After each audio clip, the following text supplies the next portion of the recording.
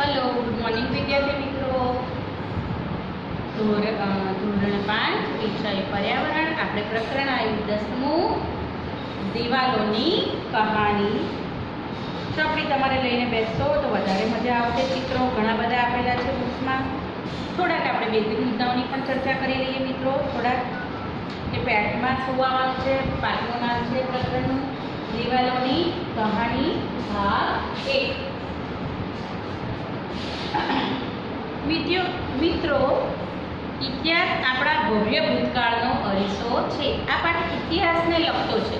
જ્યારે તમે ધોરણ 6માં આવશો ત્યારે જે સમાજ વિષય આવશે, પર્યાવરણ નીકળી જશે અને તમારે સમાજ અને વિજ્ઞાન જુદું થઈ જશે। એમાં સમાજની બુક્સ અલગ આવશે અને વિજ્ઞાનની બુક્સ પણ અલગ આવશે। અત્યારે પર્યાવરણમાં તમે વિજ્ઞાનના પણ પાઠ ભણો છો, સમાજને ઇતિહાસને લગતા પણ આ પાઠ આપણી પાસે આવ્યો, ભૂગોળને લગતા પણ પાઠ આવશે, નાગરિકને લગતા પણ પાઠ આવ્યા। સળંગ આપણે પર્યાવરણમાં બધા જ વિષયનું આપણે વિષયનું ભણ્યા, પણ છઠ્ઠા ધોરણમાં તમારે અલગ અલગ ભણવું પડશે। સમાજમાં તમારે ઇતિહાસ, ભૂગોળ, નાગરિકના ભેગા પાઠ આવશે અને વિજ્ઞાન વિષય અલગ થઈ જશે। તો આ પાઠ ઇતિહાસને લગતો છે। ઇતિહાસ એટલે પાછળ જે બની ગયું છે એ બધું, એ ભવ્ય ભૂતકાળ એટલે પાછળ જે ભૂતકાળમાં બની ગઈ છે કહાનીઓ, તો ઇતિહાસ એ આપણો ભૂતકાળનો અરીસો છે। ભૂતકાળ જાણવાથી આપણને ખબર પડે કે પહેલાં કેવી રીતે લોકો રહેતા હતા, શું કરતા હતા, એની વિશેની આપણને જાણકારી મળી રહે છે। આપણા દેશની જૂની ઇમારતો, સ્મારકો, અવશેષો, શિલાલેખો વગેરે આપણને આપણા ઇતિહાસની ઝાંખી કરાવે છે। શું તો છે જૂની ઇમારતો, આપણને ખબર પડે ભાઈ કે સરખેજનો રોજો આવેલો છે, કાંકરિયા તળાવ, એ કેટલા ટાઈમ પહેલાં બનાવેલું છે। આપણે અત્યારે પણ એને સીદી સૈયદની જાળી, આ જૂના સ્મારકો છે।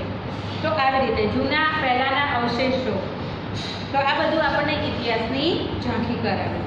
પ્રાચીન અને મધ્ય ભારતના ભૂતકાળને આપણે ઇતિહાસના વિવિધ સ્ત્રોતો દ્વારા જાણીશું। જે પહેલાંનું ભારત હતું, પ્રાચીન એટલે એકદમ જૂનું, પછી મધ્ય ભારત મતલબ વચ્ચેનો સમય આવ્યો ને આ અત્યારનો સમય ચાલી રહ્યો, તો આપણે એના વિશે થોડી જાણકારી મેળવીશું। તો ઐતિહાસિક ઇમારતો, પ્રાચીન પહેલાંના ખંડરો, કિલ્લાઓ, પ્રાચીન ખંડરોના અવશેષો, ખોદકામ દ્વારા પ્રાપ્ત વસ્તુઓ, નકશા, ચિત્રો, પુસ્તકો, આ બધામાં જે નોંધાયેલી હકીકતો હોય છે એના પરથી આપણને ઇતિહાસ જાણવા મળે છે। તો શેના દ્વારા આપણને ઇતિહાસ જાણવા મળે છે? તો ખોદકામ દ્વારા જે અવશેષો મળ્યા હોય એના દ્વારા, કાં તો પહેલાંના કોઈ નકશાઓ હોય, પહેલાંની વસ્તુઓ હોય, પુસ્તકો હોય, ચિત્રો હોય, એના દ્વારા આપણને જાણવા મળે છે। આપણા દેશના પ્રાચીન રાજાઓ, બાદશાહો પોતાના રાજ્યની રક્ષણ માટે નગરની આજુબાજુ કિલ્લાઓ બાંધતા હતા। પાઠનું નામ છે દિવાલોની કહાણી। તો જે પહેલાંના રાજા મહારાજાઓ હતા, પોતાના રાજ્યની આજુબાજુ કિલ્લાઓ બાંધતા હશે। તમે રાજસ્થાનમાં જાઓ, તમને બહુ જ જગ્યાએ કિલ્લાઓ જોવા મળશે। કિલ્લાની દિવાલ ખૂબ જ પહોળી બનાવવામાં આવતી, ખૂબ પહોળાઈ એની ખૂબ જ હોય। દિવાલો અમુક જગ્યાએથી આગળની તરફ ગોળાકારમાં ઊંચી બનાવવામાં આવતી। આગળથી કેવી બનાવવામાં આવતી? રાઉન્ડ શેપમાં, કે તમે કોઈ બી બાજુ ઊભા રહો તો તમને બધી જ બાજુનો વિસ્તાર જોવા મળે। દિવાલ પર ઊભા રહો તો કિલ્લાની જે રાઉન્ડ શેપમાં બનાવવામાં આવતી તેને ગઢ કહેવામાં આવતો। શું કહેવામાં આવતું? ગઢ। ગઢની ઊંચી અને ગોળાકાર દિવાલ દૂરની વસ્તુઓ અને જુદી જુદી દિશાઓ જોવામાં મદદરૂપ થતી। પોતાનું રાજ્ય હોય કે શહેર હોય એની આજુબાજુ આવો કિલ્લો બનાવે મોટો, અને જે ઉપરનો છેક ઉપર ગઢ બનાવે એની દિવાલ ખૂબ પહોળી હોય અને આમ રાઉન્ડ શેપમાં બનાવતા હતા, કે ત્યાં ઊભા રહીને એ લોકો દૂરથી જોઈ શકે કે કોણ દુશ્મન લોકો આપણા રાજ્ય ઉપર ચઢાઈ કરવા આવી રહ્યા છે કે નહીં। એ લોકો સતત નિરીક્ષણ કરતા રહે, અને જો કોઈ દુશ્મન લોકો આવે તો એ લોકોને થોડો સમય મળે તૈયારી કરવા માટેનો। સુરક્ષા માટે ગઢ ખૂબ જ મહત્વના હતા. ગોળાકાર દિવાલો દૂરની વસ્તુઓ અને જુદી જુદી દિશાઓ જોવામાં મદદરૂપ હતી. કિલ્લાના દરવાજા ખૂબ જ મજબૂત, જે કિલ્લો હોય આખો ફરતે આખી દિવાલ હોય, રાજ્યની આજુબાજુ કિલ્લો બનાવતા, અને એનો જે મેઇન દરવાજો હોય જ્યાંથી અંદર ઘૂસવાનું હોય તો એ ખૂબ જ કેવો હોય, મજબૂત, વજનદાર અને લાંબા અને પહોળા બનાવવામાં આવતા હતા. નગરની સુરક્ષા માટે આ પણ ખૂબ જ મહત્વનું હતું કે દરવાજા ખૂબ મોટા અને મજબૂત હોતા હતા. જૂનાગઢમાં આવેલો, આપણા ગુજરાત રાજ્યમાં જૂનાગઢમાં આવેલો ઉપરકોટનો કિલ્લો ઈસવીસન પૂર્વે 319માં બંધાયેલો હતો. ઈસવીસન પૂર્વે એટલે અત્યારે આપણે ઈસવીસન 2021ની સવાલ ચાલી રહી છે, એની પણ પહેલાં ઈસવીસન 1 શરૂ થયું એની પણ પહેલાં 319માં આ કિલ્લો બંધાયેલો હતો. અને આ કિલ્લાનું નિર્માણ ચંદ્રગુપ્ત મૌર્ય નામનો રાજા થઈ ગયો એના સમયમાં થયેલું માનવામાં આવે છે. મતલબ કેટલો જૂનો છે. ઈસવીસન 976માં ઈસવીસન પૂર્વે 319માં એ કિલ્લો બંધાયેલો હતો, ઈસવીસનમાં જ, બરાબર. અને ઈસવીસન 976માં ફરીથી તેનો જીર્ણોદ્ધાર, મતલબ જે તૂટી ફૂટ્યું હશે ફરીથી એને નવેસરથી પાછો બાંધવામાં આવેલો. જૂનાગઢમાં ઘણા બધા શાસકોએ રાજ્ય કર્યું હતું. જૂનાગઢ આપણા ગુજરાતમાં આવેલું છે. ગુજરાતનો નકશો તમે જોશો તો તમને જૂનાગઢ જિલ્લો જોવા મળશે. તો જૂનાગઢમાં ઘણા બધા રાજાઓએ રાજ્ય કર્યું હતું. તેઓએ પોતાની ઈચ્છા મુજબ કિલ્લામાં ફેરફાર, રાજા બદલાય એટલે પોતાની ઈચ્છા મુજબ કંઈ ફેરફાર કરવા હોય તો એ કરતા હતા. વર્તમાનમાં આપણે રાજા રાખેંગાર અને તેમના રાણી રાણકદેવીના મહેલના અવશેષો જોઈ શકીએ છીએ, બરાબર. અત્યારે આપણે આ સમયમાં આપણે આ વસ્તુ ત્યાં આગળ જોવા મળે છે. આ ઉપરાંત ઉપરકોટના કિલ્લામાં આવેલી અડીકડીની વાવ, ત્યાં આગળ અડીકડીની વાવ આવેલી છે. અને નવધણ કૂવો વિવિધ સમયના શાસકોની સાક્ષી પૂરે છે. એવી રીતે પાટણમાં પણ રાણકી વાવ આવેલી છે. કોઈ પાટણ ગયા હોય તો એ પણ જોઈ શકે છે. તો ત્યાં આગળ પણ આ પહેલાંના અવશેષો અને એના નમૂના આપણને જોવા મળે છે. તો ત્યાં આગળ ઉપરકોટ જિલ્લામાં અડીકડીની વાવ અને નવધણ કૂવો આજની તારીખમાં પણ આપણે જોઈએ તો એના અવશેષો આપણને જોવા મળે છે. પ્રાચીન અને મધ્ય સમયમાં રાજાઓ અને બાદશાહો પોતાના નગરને ઊંચાઈ પર બંધાવતા. ઊંચાઈ ઉપર એમના નગર હોય એટલે જો દુશ્મન છે એ સહેલાઈથી પોતાના રાજ્યની સામે ચડાઈ કરી અને રાજાને હરાવી શકે નહીં. અને તેની આજુબાજુ અભેદ કિલ્લાબંધી કરતા. પોતાનું જે રાજ્ય હોય એની આજુબાજુ મોટા કિલ્લાઓ બંધાવતા. અને કિલ્લાની બહારની બાજુ ઊંડી ખીણ કે ખાડા બનાવતા. શહેર હોય વસેલું, આ શહેર હોય તેની આજુબાજુ હવે મોટી દિવાલ બનાવતા. અને બહારના ભાગે ઊંડી કેવી હોય, ખીણ અથવા તો ખાઈ બનાવતા. એટલે આ નગર તો ઊંચું વસેલું હોય અને બહારની સાઈડે આવી રીતે ખાડો કરેલો, એટલે કોઈ સીધું, અને પાછો અહીંયા આગળ મોટી ઊંચી દિવાલ હોય અને એની ઉપર પણ ઊંચો ગઢ બનાવતા કે ત્યાંથી એ લોકો દૂર સુધીની બધી બાજુનું વિસ્તાર જોઈ શકે. તેમાં પાણી ભરવામાં આવતું. એ જે ખાઈ બનાવવામાં આવે એમાં શું ભરવામાં આવતું?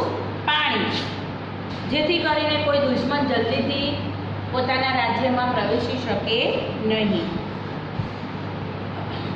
તેમાં પાણી જેથી મુખ્ય દરવાજા સિવાય કોઈ નગરમાં પ્રવેશી શકે, દરવાજા સિવાય કોઈ અંદર આવી શકે નહીં.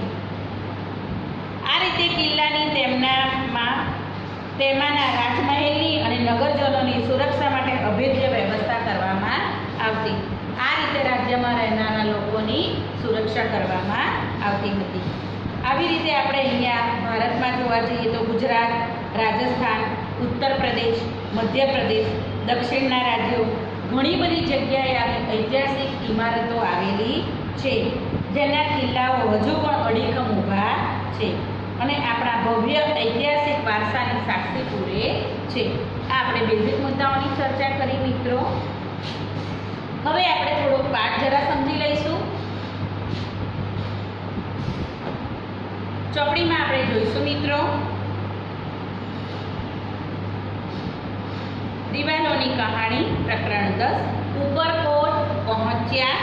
ચિત્ર સરસ મજાનું ગઢનું આપેલું છે, એ તમે અહીંયા ગાડી જોઈ શકો છો. છેવટે આજે અમે દીદી સાથે જૂનાગઢ શહેરની બાજુમાં આવેલા ઉપરકોટ જોવા માટે નીકળી પડ્યા. દીદી ઇતિહાસ ભણે છે અને અમને તેમની સાથે વિવિધ મહેલ જોવાની મજા પડે છે. જીલ કહે છે, વાહ અદ્ભુત, કેટલો વિશાળ આ કિલ્લો. જો બાજુમાં મસ્ત કિલ્લાનું ચિત્ર આપેલું છે, તે તમે જોઈ શકો છો. ચોપડીમાં દરેક પાસે હશે બુક, તો એ લોકો જોઈ શકે છે કિલ્લો કેવો હોય એનું ચિત્ર આપેલું છે. યશપાલ, અને જુઓ તે કેટલી ઊંચાઈ પર આવેલો છે. જિજ્ઞા, અરે આ દરવાજો તો જુઓ, આટલો લાંબો પહોળો દરવાજો ક્યારેય જોયો છે? શું કહે છે? આટલો લાંબો ને પહોળો દરવાજો જોયો છે? જીલ, ખૂબ જ વજનદાર લાગે છે. મને લવાઈ લાગે છે કે તેને ખોલવા કે બંધ કરવા કેટલા લોકોની જરૂર પડતી હશે. આ મિત્રો બધા અહીંયા ગાડી પહોંચ્યા છે જૂનાગઢ શહેરમાં ઉપરકોટ જોવા. ઉપરકોટમાં જે કિલ્લો આવેલો છે તે જોવા. જિજ્ઞા, દરવાજા પર આ લોખંડના અણીદાર ભાલા જેવું શું દેખાય છે? એ શા માટે લગાવવામાં આવ્યા હશે? જીલ કહે છે, એને મોટી પહોળી દિવાલ તો જુઓ. યશપાલ, મેં ક્યારેય આટલી પહોળી દિવાલ જોઈ નથી. બધા મિત્રો અંદર વાતો કરે છે.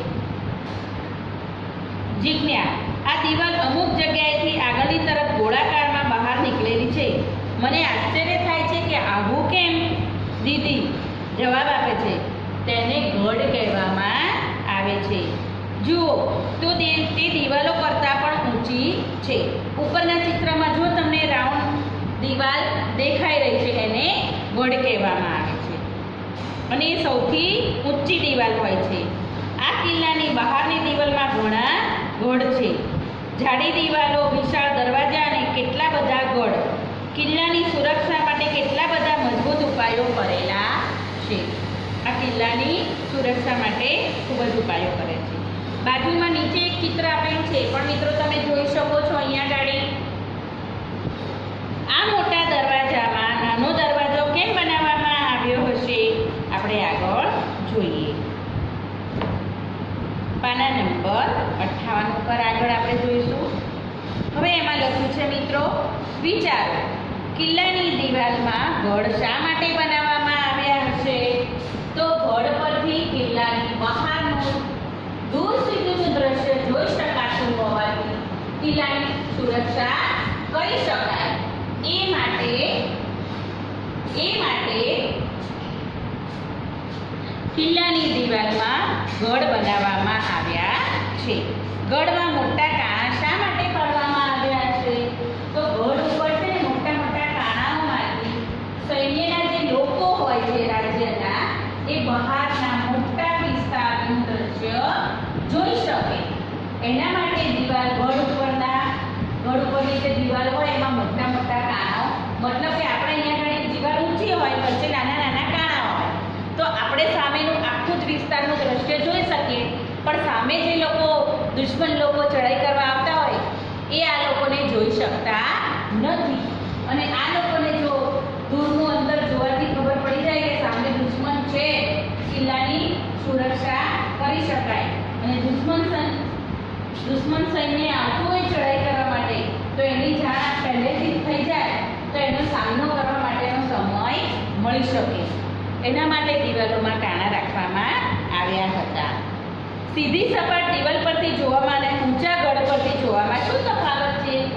તો સીધી સપાટ દિવાલ, આમ સીધી જ દિવાલ હોય ને, આપણે જોઈએ સામે, તો આપણને ફક્ત સામેનું દ્રશ્ય દેખાશે. જ્યારે આમ રાઉન્ડ દિવાલ હોય તો એની પર તમે ઊભા રહો અહીંયા ક્રોસમાં, તો તમને આ બાજુના ભાગથી લઈને આખું બધું જ અંતર વિસ્તાર દેખાય. એના માટે જુદી જુદી દિશાઓમાંથી દૂરની શકાય છે. એના માટે ઊંચા ગઢની દિવાલો ગોળાકાર બનાવવામાં આવી હશે. પાના નંબર 58 ઉપર પણ જો તમે કિલ્લાના ચિત્રમાં સરસ મજાના ગઢનું ચિત્ર જોઈ શકો છો. બંનેમાં જો કેવી રાઉન્ડેબલ દિવાલ કરવામાં આવે છે એ તમને અહીંયા વર્તુળાકાર દિવાલ ગોળાકાર દિવાલ દેખાઈ રહી છે. મિત્રો આગળ છે ગઢની પાછળ છુપાઈને કાણામાંથી જોઈ હુમલો કરવાથી સૈનિકોને શું મદદ મળતી હશે.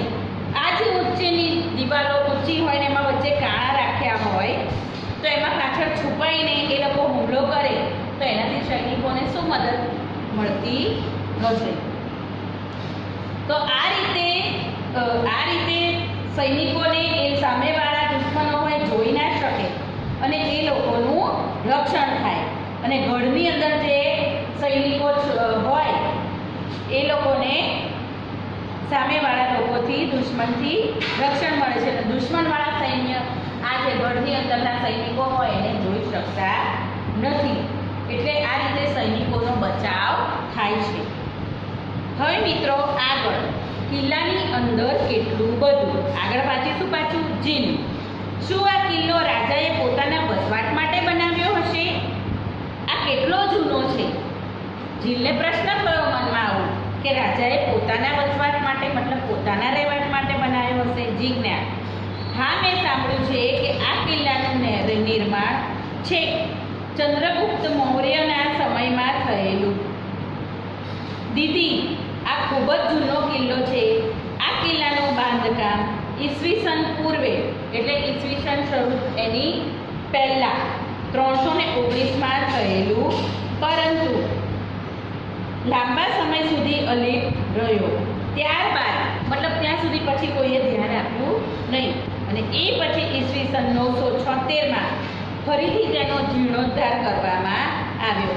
જીર્ણોદ્ધાર એટલે મારી પર સમારકામ કરીને ફરી એની મજબૂતાઈ વધારવામાં આવી.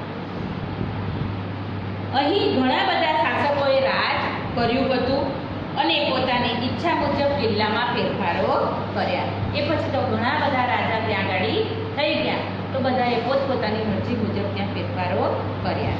જીલ કહે, અરે જુઓ, આ પાટિયા પર કિલ્લાનો નકશો છે. એટલામાં એને કોઈક પાટિયું દેખાયું ને એમાં એને કિલ્લાનો નકશો જોયો. યશપાલ કહે છે, આ નકશામાં વૃક્ષો, વાવ, કૂવા વગેરે દેખાય છે અને જુઓ કેટલાક મહેલ પણ છે. શું કહે છે કે આ નકશામાં મતલબ કે જ્યારે કિલ્લો બંધાયો હશે તો અંદર આવી વાવ પણ બનાવવામાં આવી હશે, કૂવા પણ બનાવવામાં આવ્યા હશે અને મહેલો પણ રાજાના રહેવામાં બનાવેલા હશે. જીલ કહે, એનો અર્થ એવો થાય છે કે માત્ર રાજાઓ નહીં પરંતુ બીજા ઘણા લોકો આ કિલ્લામાં રહેતા હશે. કે ખાલી રાજા જ રહે છે એવું નથી, આખું નગર, જે નગરના લોકો અને રાજાને બધા જ આ કિલ્લામાં રહેતા હશે. જીજ્ઞા: તે એક આખું નગર જ હોવું જોઈએ. પહેલાંના જમાનામાં આવી રીતે નગરો વસાવાતા હતા. અત્યારે આપણે એને રાજ્યો કહીએ છીએ. તો એ જે નગરો વસે ને એની આજુબાજુ આવી રીતે કિલ્લા, તમે રાજસ્થાનમાં ફરવા જાઓ તો તમને આવા ખૂબ જ કિલ્લા જોવા મળશે. ભવ્ય મહેલ. યશપાલ: વાહ, આ ઇમારત ખરેખર જોવા જેવી છે. જીલ: તે દિવસોમાં પણ તેઓના મહેલો તથા ઇમારતોની બનાવટ કેટલી અદ્ભુત હતી. આ બાજુ જે ચિત્ર આપેલું છે મિત્રો પાના નંબર 89 પર તમે જોઈ શકો છો કે કેટલું સરસ, જો તમને આખો કિલ્લો ફરતો દેખાઈ રહ્યો છે, એની દિવાલ પણ દેખાઈ રહી છે. તમે ચોપડીમાં તમારી પાસે બુક્સ હોય તો તમે જોઈ શકો છો. તો તે દિવસોમાં પણ તેઓના મહેલો તથા ઇમારતોની બનાવટ કેટલી અદ્ભુત હતી, નકશીકામવાળી. આજે આ ઇમારતોનો વિનાશ થઈ રહ્યો છે, પરંતુ અનુમાન કરી શકાય કે પહેલાં અહીં ઘણા મોટા દીવાનખંડ અને ઓરડાઓ હશે. આના પરથી આપણે વિચારી શકીએ છીએ કે ત્યાં મોટા ઓરડાઓ અને દીવાનખંડ હશે. યશપાલ: અરે આ જુઓ, દિવાલો પર કેટલું ઝીણવટભર્યું કોતરણી કામ કરેલું છે.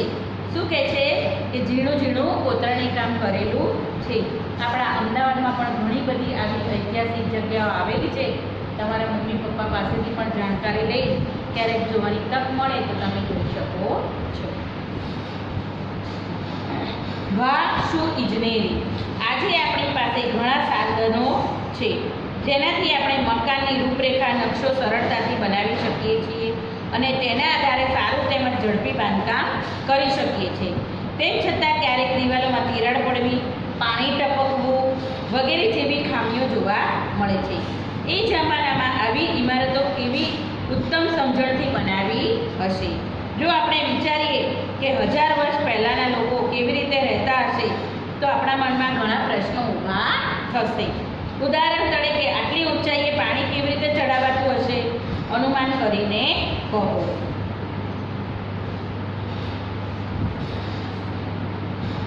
વિચાર અને ચર્ચા કરો. ઇમારતમાં હવા ઉજાસ માટે કેવી વ્યવસ્થા કરવામાં આવી હશે? તો ઇમારતમાં આવી મોટી ઇમારતોમાં હવા ઉજાસ માટે દરવાજા, બારીઓ, ઝરૂખા વગેરેની વ્યવસ્થા કરવામાં આવી હશે. અત્યારે પણ આપણું નાનકડું ઘર હોય તો એમાં બહાર ગેલેરીઓ, ફ્લેટો હોય તો સાઈડોમાં ગેલેરીઓ હોય છે, બારીઓ હોય છે હવા ઉજાસ માટે. તો એ સમયમાં પણ આ રીતે બનાવવામાં આવતા હતા બારીઓ અને ઝરૂખા. ચિત્રમાં દિવાલમાં કરેલી સુંદર કોતરણી ધ્યાનપૂર્વક જુઓ. આવી સરસ કોતરણી માટે કેવા ઓજારોનો ઉપયોગ થયો હશે? ચિત્ર નીચે એક આપેલું છે મિત્રો, એ તમે તમારી બુક્સમાં જોઈ શકો છો. આ ચિત્ર તો એની કોતરણી માટે તો આવી દિવાલો બનાવવા માટે ફરસી, છીડી, હથોડી જેવા ઓજારોનો ઉપયોગ થયો હશે. જે પથ્થરોમાં આ બધું નકશી કામ કરેલું જોવા મળી રહ્યું છે. આપણા ઘરે 1 અઠવાડિયા માટે વીજળી ન હોય તો શું થાય? તેના વગર કયા કામ કરવામાં મુશ્કેલી પડી શકે છે? મિત્રો, વીજળી ના હોય તો આપણે તો અપંગ જેવા થઈ જઈએ. બધા જ કામો આપણા અટકી જાય. કારણ કે અત્યારે તો દરેક ઘરમાં મોટરથી પાણી ઉપરની ટાંકીમાં ચડતું હોય, ત્યાંથી આખા ઘરમાં પાણી આવતું હોય. ફ્રીજ વગર આપણને ઠંડુ પાણી પણ મળી રહે નહીં. ટીવી વગર આપણો દિવસ પૂરો થાય નહીં. મોબાઈલ વગર તો બિલકુલ ના ચાલે. આ બધું જ તેનાથી વીજળીથી. તો વીજળી ના હોય તો આપણને ઘણી બધી મુશ્કેલીઓ પડી શકે છે. અને 1 અઠવાડિયા માટે ના હોય, જો અંધારું છવાઈ જાય તો નાના દીવડા કે ફાનસથી આપણે ચલાવવું પડે. વીજળી વગર પંખા, oven, mixer, washing machine, heater, પાણી ખેંચવાના પંપ આ કશું જ ચાલી શકે નહીં. આમ વીજળી વગર આપણા વેપાર ધંધા, ઉદ્યોગો, નાના મોટા કારખાના, બેન્કો, ઇલેક્ટ્રિક ટ્રેનો અને આપણા બધા રોજિંદા વ્યવહારો અટકી પડે. મિત્રો, આ પાઠની ચર્ચા આપણે પાના નંબર 89 સુધી કરી. હવે ભાગ 2માં આપણે પાના નંબર 90થી ચાલુ કરીશું. જય સ્વામી.